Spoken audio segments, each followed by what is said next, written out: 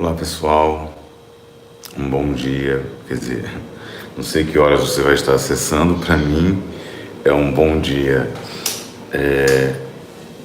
Nós propositadamente, nós esperamos algum tempo para lançar essa terceira aula, estou aqui na cozinha de casa, para poder realizá-la com calma, porque as pessoas elas não estão acostumadas a desconstruir suas ideias, né?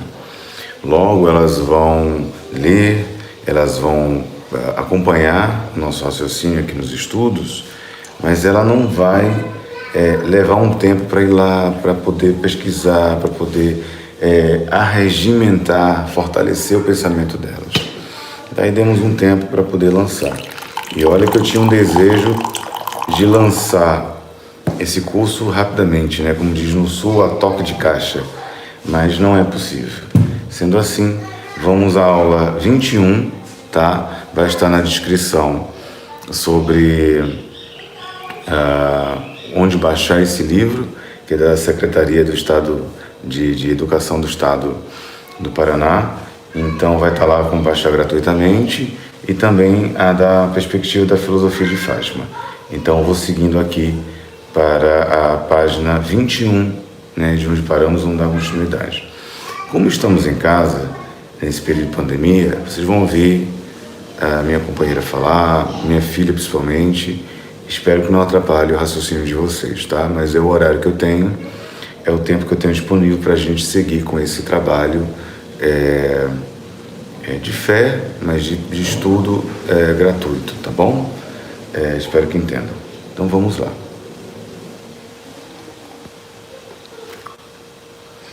Hoje eu pretendo concluir essa parte do mito, numa perspectiva filosófica. Na origem da filosofia, encontramos o mito e a poesia.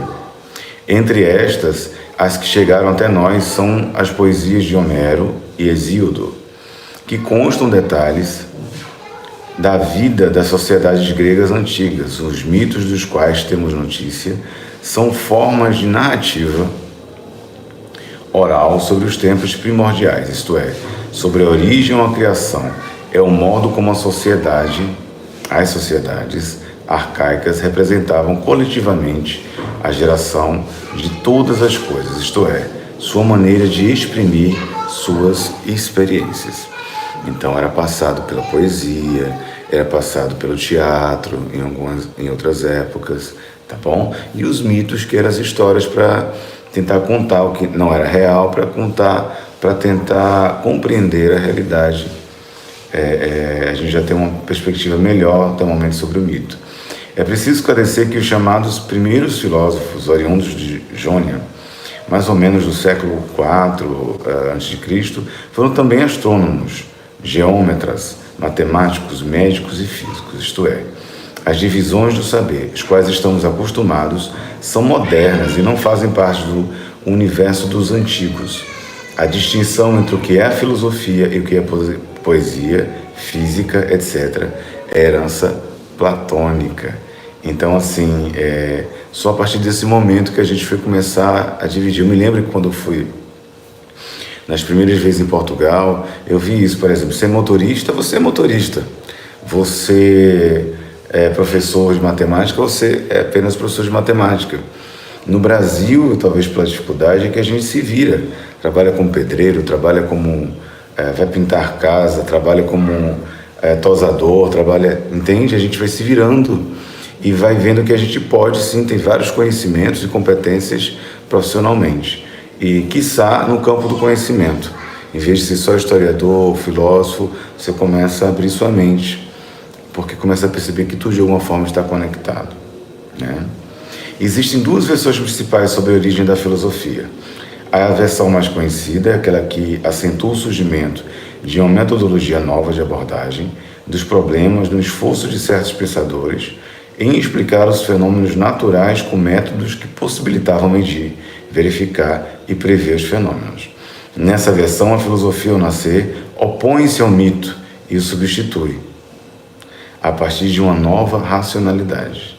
Então já vem a filosofia tentando descrever, principalmente com o conhecimento empírico, aquilo que a gente pode perceber, sentir, o meio que a gente está vivendo, tá? E aí aquelas historinhas já não tem mais sentido.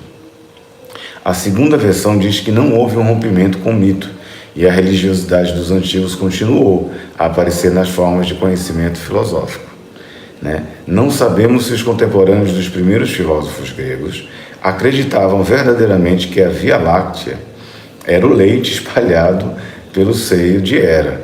Mas quando Demócrito afirma que não se trata senão de uma concentração de estrelas, a maioria considera isso como uma blasfêmia. Quando Anaxágoras, que deu como certo ser o Sol um aglomerado de pedras, chegou mesmo a ter conflitos com os poderes públicos, é verdade que as doutrinas dos primeiros filósofos estavam ainda marcadas pela mitologia, mas isso não deve esconder-nos a sua orientação fundamentalmente antimitológica. Observa bem, hoje quando você vê as pessoas buscando a racionalidade para os problemas, eu vejo no meu caso que eu tenho recebido inúmeras resistências e até, como falou, blasfêmias, quando eu comento que um médio é impossível essa teoria dada, por exemplo, de que ao psicografar a informação vai passar direto para o braço, onde passa por um outro elemento chamado perispírito. Gente, é impossível. Tudo que a gente faz, eu estou falando, a mandíbula se movimentando, meus dedos se movimentando, eu estou respirando, estou ouvindo, tudo isso passa pelo cérebro, tudo isso é transdução. Então é impossível que a mediunidade não faça parte desse mesmo setor de equivalência cerebral. Então, quando eu falo isso mostra que vai passar pela cabeça do médium. As pessoas dizem assim, vai poluir a mensagem pela cabeça do médium. E isso é mito. Isso é acreditar, é misturar mito com religiosidade. Não é nem religiosidade, religião, crença. Passa assim pela cabeça, é científico, comprovado, as pessoas não entendem. Talvez daqui a muitos anos as pessoas compreendam a naturalidade desse fenômeno, que realmente é tudo orgânico, físico, natural, e que não passa por nenhum campo misterioso, outros corpos, outras coisas, mas por um funcionamento normal, né? As duas respostas podem ser consideradas extremadas. A filosofia surgiu gradualmente, a partir da superação dos mitos, rompendo em parte com a teodiceia. Teo de Deus, tá? Só para a gente criar dúvida e avaliar o que significa. Outras civilizações apresentam alguma forma de pensamento filosófico, contudo, sempre ligada à tradição religiosa. A filosofia, por sua vez, abandona e supera a crença mítica e abraça a razão e a lógica como os pressupostos básicos para pensar. Então, podemos dizer que a filosofia surgiu por meio da racionalização dos mitos, mas sob a influência dos conhecimentos adquiridos de outros povos, gerando algo novo, ou seja, uma superação e transformação do antigo, gestando o novo de maneira diferente.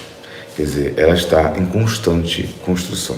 A filosofia clássica e a perspectiva de Fátima também.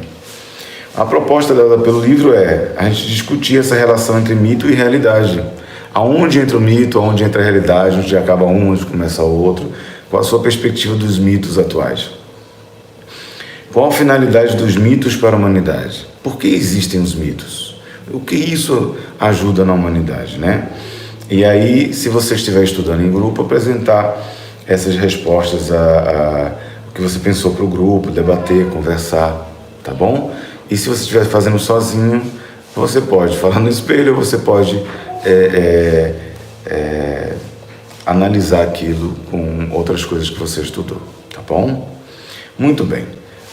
Esta outra parte é interessante, que vai falar sobre mito e logos. A gente já está se acostumando com um despertar de conhecimento, onde vai deixar a gente para avaliar melhor as coisas e cria um norteamento, né? Como as pesquisas atuais entendem o mito? Conforme Vernon, 2001, parece que os estudiosos do mito não conseguem definir seu objeto de estudo e vêm desvanecer-se. O tempo de reflexão, esse olhar lançado para trás sobre o caminho percorrido, não marcaria para o mitológico, não marcaria ao mitológico, desculpem.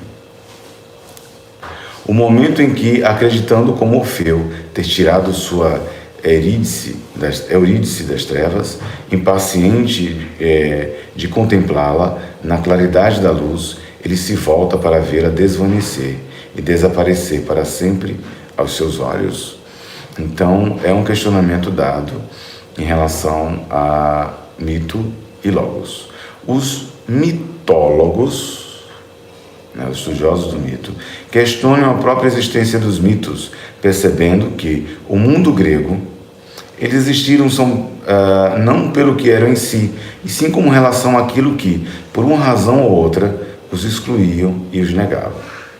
Em outras palavras, um mito existe do ponto de vista de uma razão que pretende separar-se da narrativa oral e da religião.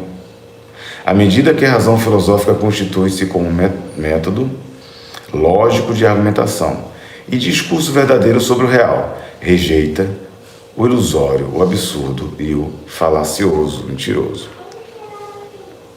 Ele, o mito, é a sombra que toda forma de discurso verdadeiro projeta por contraste, na hora em que a verdade não aparece mais como mensurável e perde-se nas brumas da narrativa. É, portanto, o discurso metódico que o mito deve à sua existência. Tá?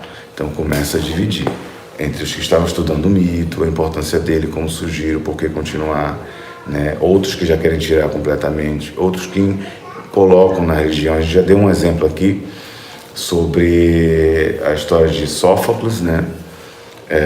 De Édipo, que fala do Édipo rei, e a história de Moisés, ambos colocados num cesto, num rio, porque um oráculo falou que o seu filho iria matá-lo, ou ia acontecer determinada coisa. Então são parecidas as histórias, né? Então levam a crer que ou uma dessas histórias não é real, ou as duas, ou a absorção de um mito que se repete, histórias que se repetem para contar determinadas coisas que dão esperança, né, às pessoas, por exemplo, ou medo. Constitui o medo ou a esperança as coisas mais elementares e fundamentais que norteiam as preocupações dos seres humanos. O mito hoje, na modernidade, podemos pensar filosoficamente outros conceitos para o mito. Um dos modos de entender o mito é pensá-lo como fantasmagoria, isto é, aquilo que a sociedade imagina de si mesma e a partir de uma aparência que acredita ser a realidade. Por exemplo, é mítica a ideia de progresso, porque é uma ideia que nos move e alimenta a nossa ação, mas na realidade não se concretiza. A sociedade moderna não progride no sentido que tudo é novo e absorvido para manutenção e ampliação das estruturas do sistema capitalista. O progresso apresenta-se como um mito, porque alimenta o nosso imaginário. Nem tudo é como a gente vai, como vendem, melhor dizendo. Boaventura, 2003, defende que todo conhecimento científico é socialmente construído, que o rigor da ciência tem limites inultrapassáveis e que a sua pretensa objetividade não implica em neutralidade. Daí, resulta que acreditar que a ciência leva o progresso e que o progresso e a história são de alguma forma linear, pode ser considerado como um mito moderno da cientificidade.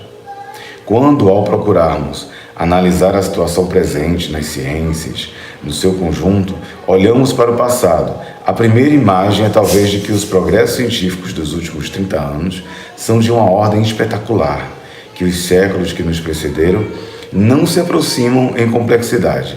Então, juntamente com Rousseau, de 1712 a 1778, perguntamos: o progresso das ciências e das artes contribuirão para purificar ou para corromper os nossos costumes? Há uma relação entre ciência e virtude? Há uma razão de peso para substituirmos o conhecimento vulgar pelo conhecimento científico? Essa questão da virtude lembra muito o estoicismo. Há uma perspectiva de Platão, de Aristóteles e dos estoicos sobre virtude, que é muito interessante, que eu quero pegar um material, mas eu vou colocar lá no canal do Fernando Bem, sobre hábitos, né? Desde sempre o iluminismo, no sentido mais abrangente de um pensar que faz progressos, perseguia o objetivo de livrar os homens do medo e de fazer deles senhores, mas completamente iluminada, a terra resplandece sobre o signo do infortúnio triunfal. O programa, o iluminismo, era o livrar o mundo do feitiço. Sua pretensão, a de dissolver os mitos e anular a imaginação por meio de saber. Bacon, o pai da filosofia experimental, já havia coligido, né, as suas ideias diretrizes. Apesar de alheio à matemática, Bacon captou muito bem o espírito da ciência que se seguiu a ele. O casamento feliz entre o entendimento humano e a natureza das coisas, que ele tem em vista, é patriarcal. O entendimento que venceu a superstição deve ter voz de comando sobre a natureza desenfeitiçada, né? Sair do feitiço. Na escravização da criatura ou na capacidade de oposição, voluntária aos senhores do mundo. O saber que é poder não conhece limites. Esse saber serve aos empreendimentos de qualquer um, sem distinção de origem, são como na fábrica e no campo de batalha. Está a serviço de todos os fins da economia burguesa. Os reis não dispõem sobre a técnica de maneira mais direta do que os comerciantes. O saber é tão democrático quanto o sistema econômico justamente com o qual se desenvolve. A técnica é a essência desse saber. Seu objetivo não são os conceitos ou imagens, nem a felicidade da contemplação, mas o método, a exploração do trabalho dos outros, né? Então, assim, o que ele quer passar para a gente, eu vou terminar só essa parte sobre mito, fica faltando só, não acho que dá para fazer, dá para finalizar assim. Observem bem, foi necessário a desconstrução do mito para fortalecer a filosofia. A religião, ela sempre fomenta uma ideia mítica que não pode ser comprovada. Essa ideia mítica, veja, não descaracteriza as religiões, tem uma função fundamental. Eu tenho o meu religar também, mas acaba colocando você num campo de saída do real, enquanto a filosofia faz você olhar com o real, sem perder aquele encanto, sem perder a beleza. Já a ciência é completamente aquilo que eu posso constatar. Espero que isso facilite o entendimento. O iluminismo partiu do pensamento de que a razão seria um instrumento capaz de iluminar a realidade, libertando os homens das trevas, da ignorância, da ingenuidade, da imaginação e do mito. O animismo, a magia e o fetichismo teriam sido finalmente superados e o mundo estaria livre desses flagelos. O entendimento e a razão se uniriam, o comando sobre a natureza e transformar-se-iam em senhores absolutamente imperativos. Observe que muito dos mitos transformou no que é das artes cênicas hoje. A possibilidade de levá-lo ao ilusório, mas que sempre fala de algo que você está passando. Você vê um filme e você se coloca no lugar de algum personagem. A gente transfere. No entanto, o iluminismo não deu conta da tarefa que se propôs. Suas luzes não iluminaram tanto quanto se pretendia. E a libertação do mito, do dogma e da magia medieval não teve o êxito afirmado por alguns autores. O iluminismo pretendeu retirar o mito e a fantasia de seu altar, mas colocou a razão e a técnica em seu lugar. Logo, não derrubou o mito, apenas inverteu, dando à ciência e à técnica o brilho da verdade, gestando assim um mito moderno da racionalidade. Para Nietzsche, 1844-1900, o iluminismo não cumpriu o que se propôs a fazer, não libertou os homens de seus prejuízos. Os mitos não foram abandonados, mas substituídos por novos e mais elaborados heróis, o que pode ser tão escravizador quanto o dogma. Isso porque a técnica e o saber científico podem estar a serviço do capital. Além disso, este saber técnico pode coisificar o homem. E nesse sentido, os mitos modernos apresentam-se camuflados. Por isso, a crença na razão de forma absoluta gera um mito. o que caracterizaria um retrocesso no percurso do mito aos longos que, de certo modo, não era a intenção. Quando você vê o Homem-América, você acha que é só um herói em quadrinhos? Ele fazia parte de um plano específico de publicidade para dar uma embalagem bonita às pessoas de se voluntariarem a irem à guerra.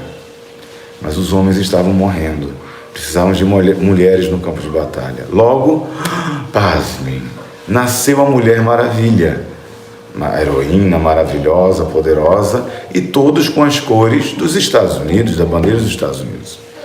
Então é uma ideia de patriotismo para colocar as pessoas para morrerem no campo de batalha. Um mito criado para dar a falsa ideia de importância patriótica, tá? Porque patriotismo é uma coisa, convencer as pessoas que devem morrer em função disso é outra. Então foi dado essa ideia para que eles pudessem lá morrer pelo país. Compreendem? É isso que Nietzsche fala, é pegar algo, os mitos modernos camuflados. Então o debate que vocês podem fazer entre si qual a diferença entre mito, filosofia e ciência? Eu dei uma dica agora há pouco. Por que podemos dizer que a ciência constituiu-se como um mito na modernidade? Né? Pensem, elaborem, se for em grupo debatam, se não, pensem sobre isso.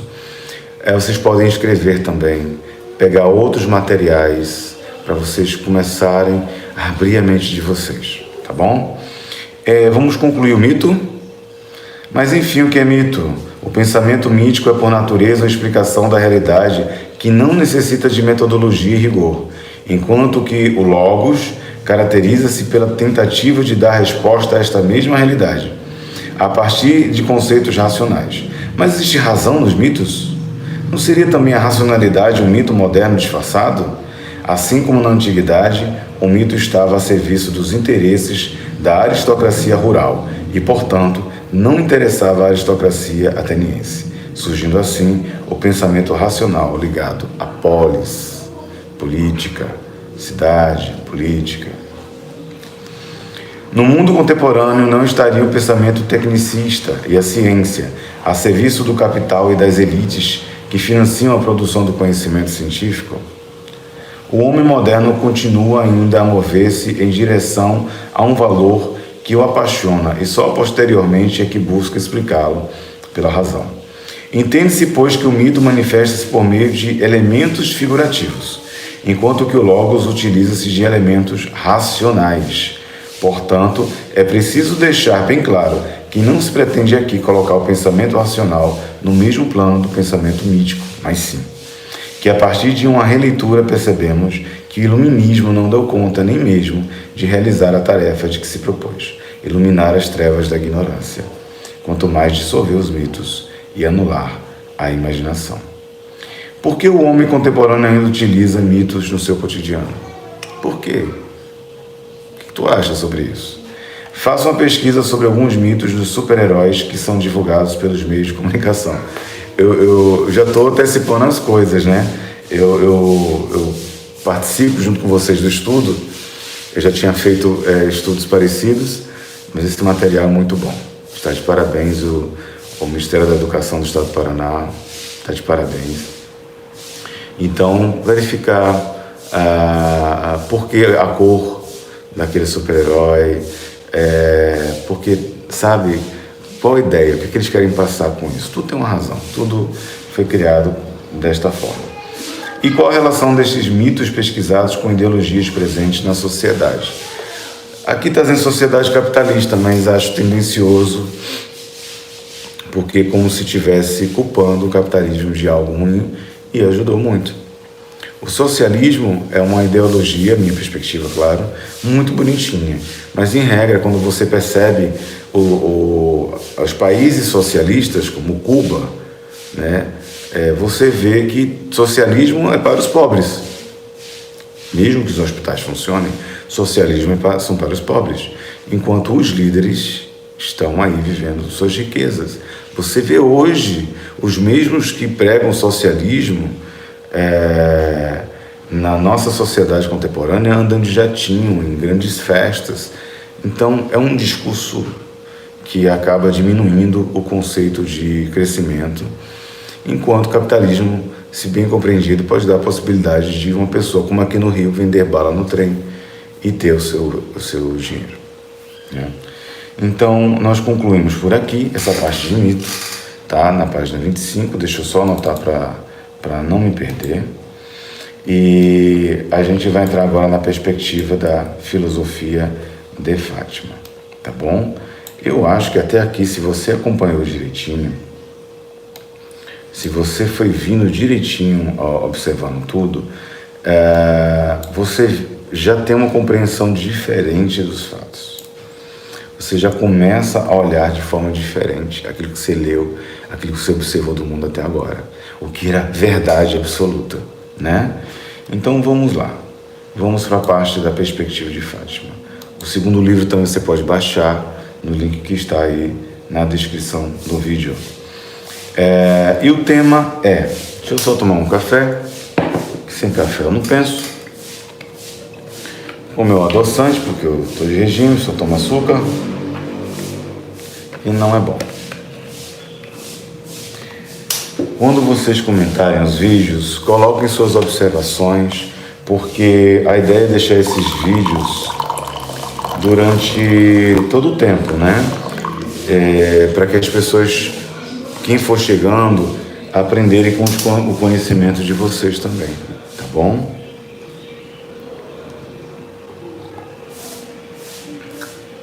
Vamos lá. O tema dessa perspectiva de Fátima é: não se espera a felicidade, apreciamos os seus momentos. Através do tempo, as religiões estabeleceram uma interseção entre o povo massacrado e o Estado extremista. Divulgavam a felicidade plena depois da morte física para retirar a energia de quem produzia as riquezas do Estado. Todos merecemos ter momentos felizes. O rei, o intercessor religioso e o plebeu. Enquanto houver ética, o respeito mútuo, a busca sincera por mais momentos felizes deverá ter resultado nesta atual vida física. Então, ou seja, vai o rei, massacra. Você vê aqueles filmes de época, é sempre assim, massacra o plebeu e tal. Aí o plebeu vai buscar na religião uma ajuda. Então, olha, você não tem como ser feliz aqui, cara. Você vai ser feliz do lado de lá no céu. Então tá bom, vou aceitar o massacre, os aumentos de impostos, as guerras, eu vou aceitar todas essas coisas, tá bom? E isso sempre foi muito bom. Eu sempre comento sobre isso, o conceito de perdão. Será que é perdoar 70 vezes 7 vezes, esquecer 70 vezes 7 vezes?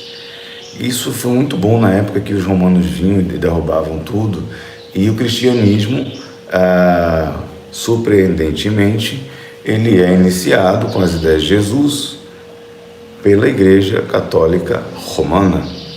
Então eu peço para os pobres perdoarem tudo que os romanos fazem. E a gente não se questiona sobre isso.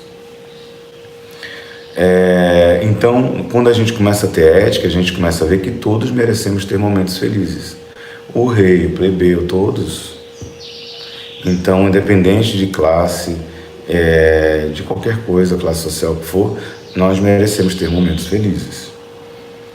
Excluindo nesta perspectiva outros fatores que nesta vida física não confluem para o sentimento de felicidade, como as doenças físicas e os casos de percepção individual do que seja felicidade. Às vezes a pessoa passa a vida sentindo dores físicas, doenças, no hospital direto. Então, claro que esse conceito de felicidade é diferente. Mas quando puder, aceita o seu momento feliz sem apelo de culpa introduzido na cultura milenar por pessoas que não interpretam a essência dos ensinamentos superiores, mas apenas o desejo de suprimir a sua própria necessidade. Muito menos devemos aceitar dores que não são nossas como pretexto de sermos felizes na vida espiritual. Ou seja, foi passado de geração em geração que você só ia ser feliz do lado de lá. Então você está com sua família, o filho se formou, e aí você quer fazer um churrasco, quer comprar uma bebida com a família, Você quer se divertir como Jesus fazia com os seus amigos. E aí você não vai fazer porque você se sente culpado. Como eu vou fazer isso enquanto tem tantas pessoas que estão sofrendo? Como eu posso sorrir com as pessoas que eu amo? Tem tanta pessoa passando por isso. Então a culpa impede você se sentir feliz. Ou você está vendo um filme diante de tanto sofrimento psíquico, tantas coisas passando no mundo, como a própria essa pandemia, que na minha perspectiva, espero estar equivocado, foi algo criado. Foi algo criado. Esse vírus não tem nada a ser natural, é uma guerra biológica, né, já acontecendo, e que tem dimensões políticas, como sempre. Então, por isso que a gente não pode ficar avesso a uma conversa, um debate respeitoso político. Então, você percebe que justamente as pessoas querem se culpar e não se sentir felizes. E uma coisa não tem nada a ver com a outra. Uma coisa é você debochar da dor do outro. Outra coisa é você estar feliz com as pessoas que você ama. Entenda a família como todos aqueles que estão do seu lado, independente de ser homem. Porque a gente, quando fala família, assim, um homem, uma mulher e os filhos. Não. Um homem, os filhos. Mulher, os filhos. Um homem, os filhos. A mulher e os filhos, só os filhos. Família é estar com as pessoas que você ama. Aquelas que estão do seu lado, crescendo, desenvolvendo juntos, com amor, com atenção. É isso que é família para mim.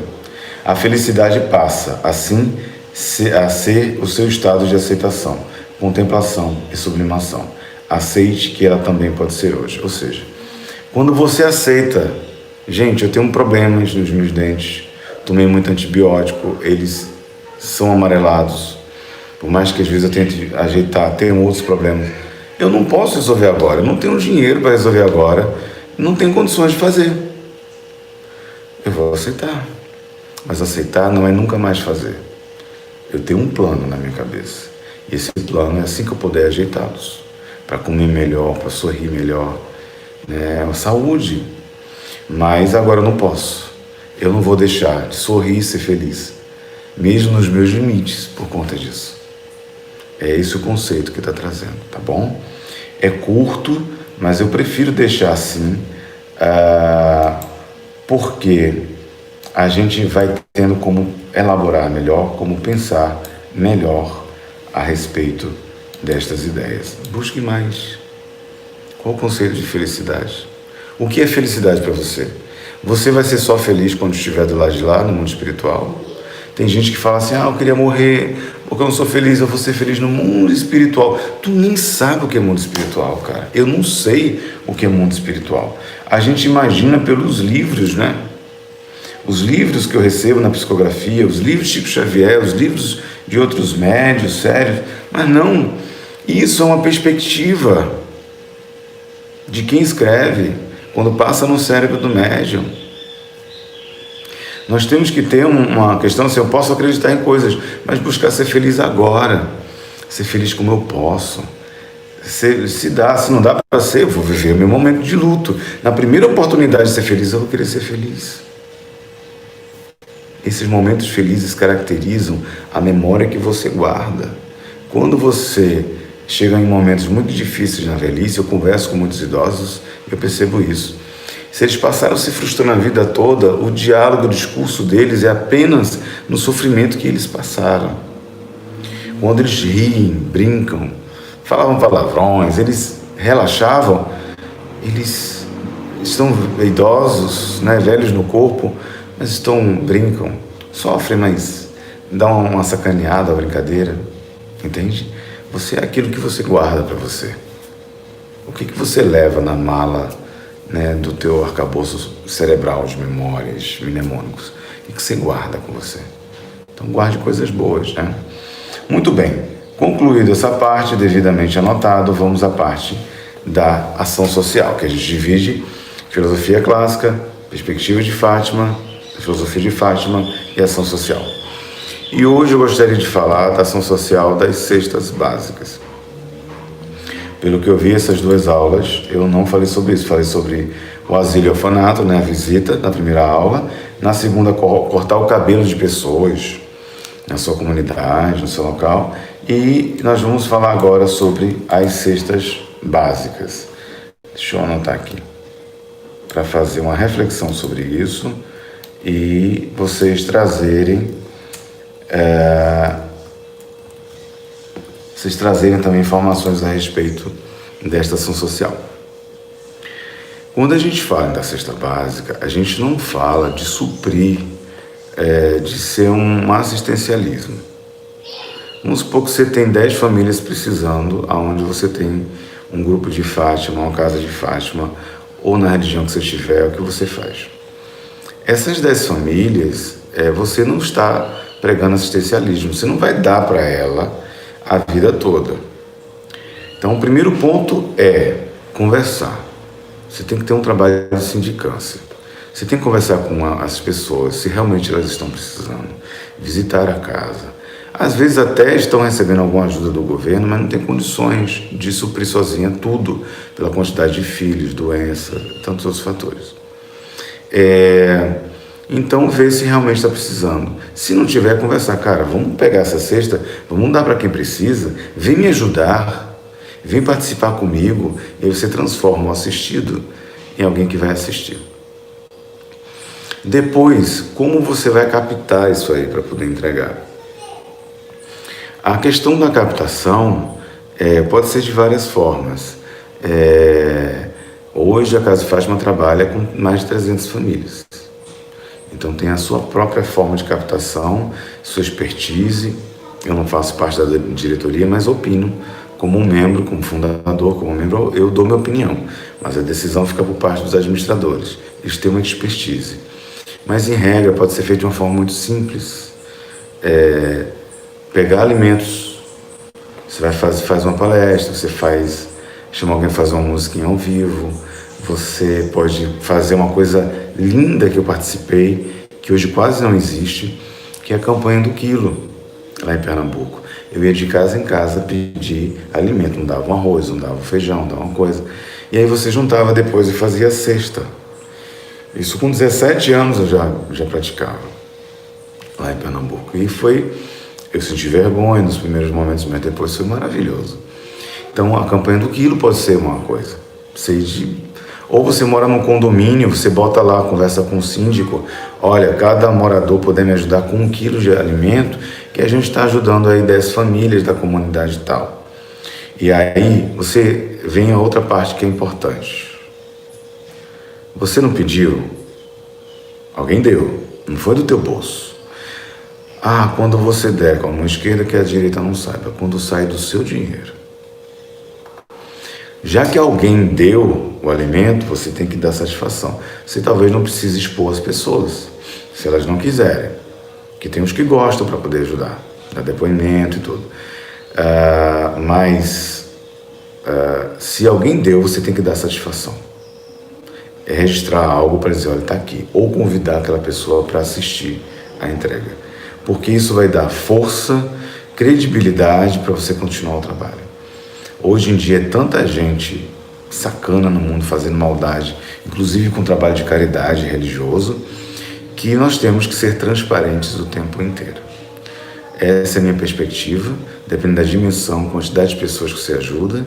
Já participei de trabalhos em Sertânia, com o Fábio, que é pessoa maravilhosa, um médium maravilhoso lá em Pernambuco, onde ele juntava o ano inteiro alimentos, brinquedos, e vestido de Papai Noel fazia um Natal lá em Sertânia, que é um interior muito pobre em Pernambuco. Existem muitas maneiras de você trabalhar, tá? Então, que você possa buscar a dimensão de como vai fazer, de como faz, mas sempre com transparência, sempre vendo uma maneira de realizar essa atividade. Espero que tenha sido produtivo para você, como foi para mim. Essa foi a terceira aula do estudo básico da filosofia de Fátima. Estamos em agosto de 2020 e espero que, seja qual for o tempo na Terra que você veja esse registro, você possa desconstruir, fortalecer informações e ser um ser humano melhor. Obrigado. E uma coisa que eu não estou realizando aqui é o mantra. Eu vou fazer com vocês, me perdoe. é porque eu faço tanto já que virou automático e eu esqueci de fazer. Antes de estudar, eu faço isso. Não fiz aqui na gravação. Eu realizo um mantra. Por quê? Ele elimina a ansiedade e ele oxigena o cérebro, entre outras questões. Então eu respiro, coloco o ar para dentro, aguardo alguns segundos, 3, 4, e solto, né?